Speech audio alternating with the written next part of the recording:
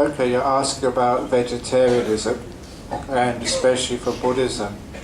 The rules which you were talking about were rules which were applying only to monks and nuns. And the reason for that is that as a monk and nun, sometimes you live and go to places where there are no vegetables at all. And I already mentioned to you that when I became a monk in the northeast of Thailand, there was no vegetables. There was no vegetarian food. And we had to eat whatever we were given, which was usually either rice or whatever crawled on the floor. And I mentioned this story this afternoon. I was a vegetarian before I became a monk, and I was told you can't be a vegetarian, there's nothing to eat. And I remember once, to give you an example, I told this afternoon, once for our one meal of the day, all we got was a bowl of sticky rice and a frog. No vegetables, no fruit, nothing, just a frog. And even the frog, it had just had no seasoning, no salt, no chili, no garlic, just boiled frog. And there it was, I can never forget it, as it was on my top of my sticky rice, with its 4 legs spread out. And that was our meal for the day. Now I was lucky because I was a scientist. I did pay attention when I was at school in biology class. I knew what part of a frog was what. So I started with its legs. It's got some meat on its legs, and that was, you could eat that. But I soon realized that was not enough, to keep me going for the day. So you started eating some of its organs. I knew which one was which, so that was fine. The monk sitting next to me did not know one organ from another. He pressed the frog's bladder. It still had urine in, and the frog peed all over his rice. That was gross. But we couldn't do anything in those days, and it's because of that those rules were there. Because as a monk, sometimes we have to depend upon what you give us. As a layperson, you have more choice. It's really up to you. But also that being in a rural part of the world, I'd even noticed that whenever the farmers ploughed the fields, they killed so many worms and bugs and beetles. And you could see all of the birds would follow after the plough, to pick up whatever animal was unearthed. And I realized that even with rice comes at the destruction of many living beings. Even a carrot or even a fruit comes at the cost of living beings. So I realized the wisdom of the Buddha that as human beings we try and limit, so especially the wastage if we can. So that if you do have to eat whatever you have to eat, at least an animal's life or a bug's life is not wasted. So if you look upon it more deeply, you find it's a very difficult question, which is why the Buddha never pronounced on it absolutely saying, monks and nuns, you have to be vegetarians. He refused to do that. Does that make sense to you? If it doesn't make sense, you try eating a boiled frog. I would have given anything to be a vegetarian that day. And have, some beans or something to eat. Really gross. So there's some gross stories as a monk. Another time was actually frog soup. It was small frogs. Just big enough to put on your spoon. You can't pick it was too small, you just put it in your mouth and forget about it. Crunch, crunch. Yucky. Snails, boiled snails, they taste like, the erasers you used to get the pencils out. Well, the gross things we had. Actually, a lot of the time I was told not to ask. If you asked what was in the curry, you wouldn't like eating it. It's true, it's disgusting food. But it was a very poor part of the world. That's what local people would eat.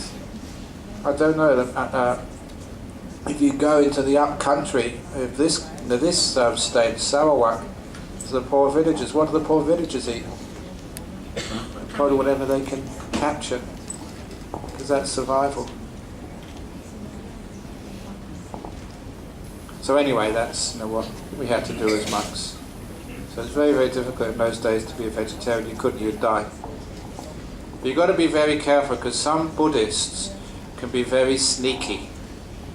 Because I asked the Thai villagers, because they were catching fish all the time. And I said, how can you catch a fish and keep your 5 precepts? That's killing. And they told me, no, no, no, no.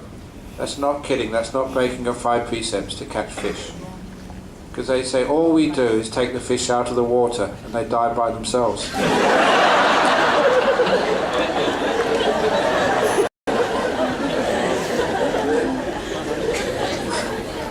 You've got to be very careful, people can be very sneaky sometimes. You are killing the fish.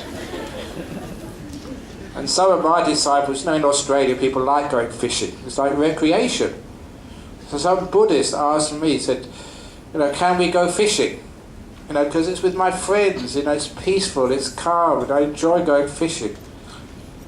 So I had to tell them, okay, you can go fishing with your friends, for the sake of peace.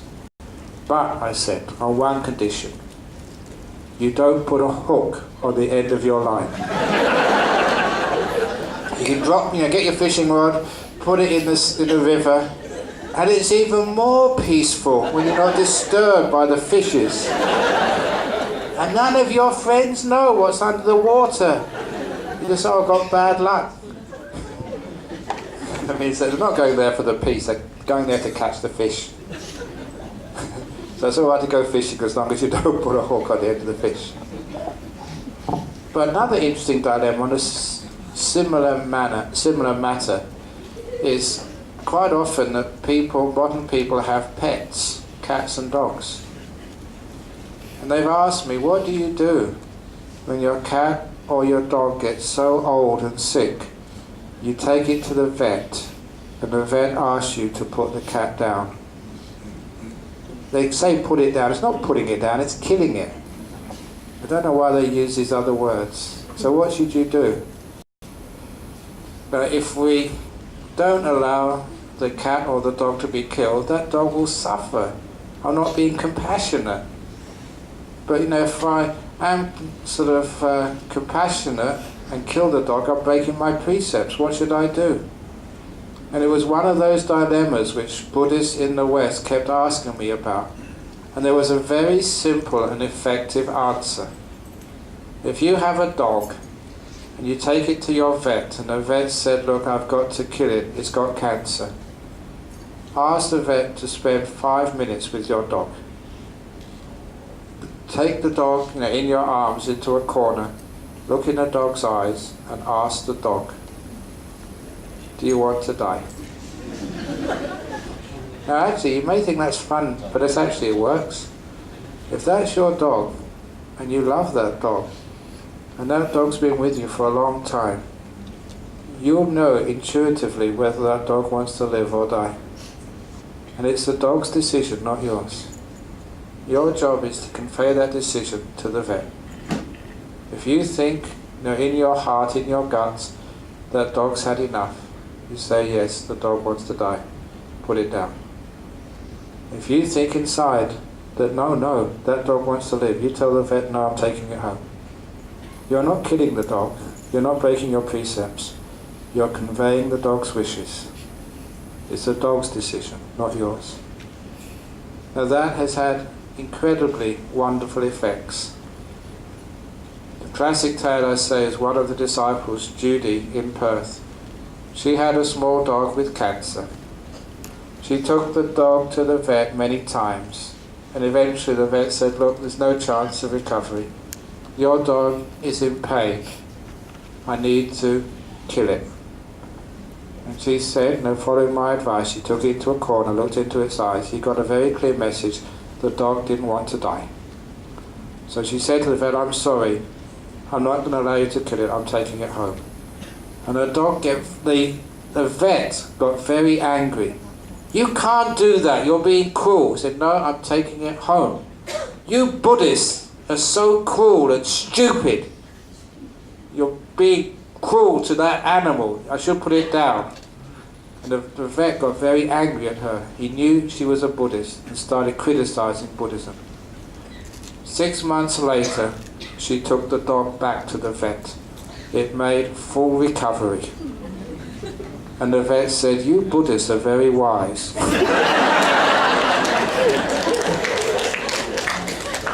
Because the dog knew.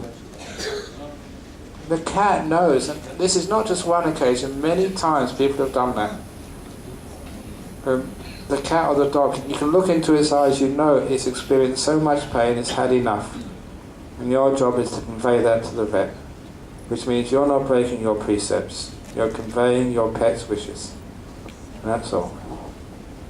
And the same works if it's your mother or father in a coma in hospital. And you're asked by the doctor, should I turn off the life support? What should you do? That's one of the most difficult questions, even if you're not a Buddhist. That's your mother, your father there. And your life, or their life, is in your hands. And you have to make a decision. What should you do? If you keep that life support on, it's not just you're wasting the family's money. You're taking away the possibility that those resources could help someone else. You know, it's not an easy decision to make, but if you say turn off the life support, you could be killing your parent. What to do? And again, if that's your mother or father, you ask, are you still there? If you ask the question, you'll find out, you will know whether your mother, your father has already gone, left their body, and gone on to a new birth or not. You'll know because that's your mum or dad. I've done that many times. Now, I'm a monk, so I've got good meditation, you can be sensitive. And I've been with people. Now, there's this one classic case, this Vietnamese man who had a heart attack, and they managed to keep him going, but not quite. He was on the edge of life and death for many days. I went to see him about 3 times a day in the ICU.